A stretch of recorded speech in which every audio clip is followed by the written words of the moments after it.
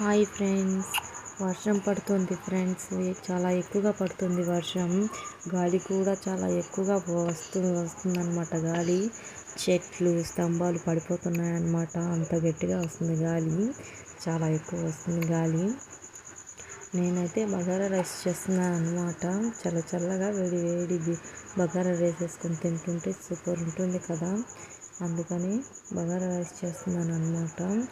Bagara rice ఎలా చేయాలంటే, first యాలక్కాయలు మన ఇష్టం వేసుకోవచ్చు, లేకుంటే లేదు. నేనైతే వేసుకోలేదన్నమాట. యాలక్కాయలు,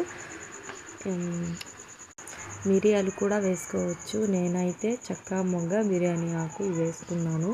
మిరియాలు కూడా వేసుకోవచ్చు, సూపర్ వస్తుంది ఇంకా టేస్ట్.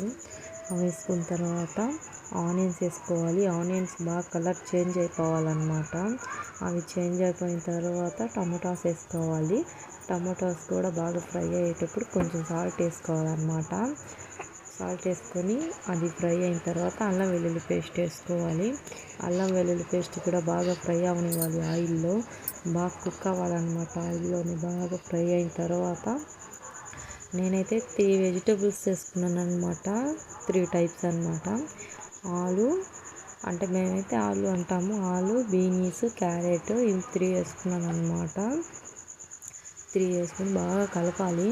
బాగా కుక్ అవ్వాలి ఆయిల్లోనే కుక్ అవ్వాలన్నమాట. అది కుక్ అవుతూ ఉంటుంది. కొంచెం సేపు మూత పెట్టేసి ఒక 5 మినిట్స్ కుక్ బాగా వస్తుంది బగారా రైస్. అందులోనే అది బాగా కుక్ అయిపోయిన తర్వాత వాటర్ వేసుకోవాలన్నమాట. నేను 3 గ్లాసెస్ తీసుకున్నాను బియ్యం.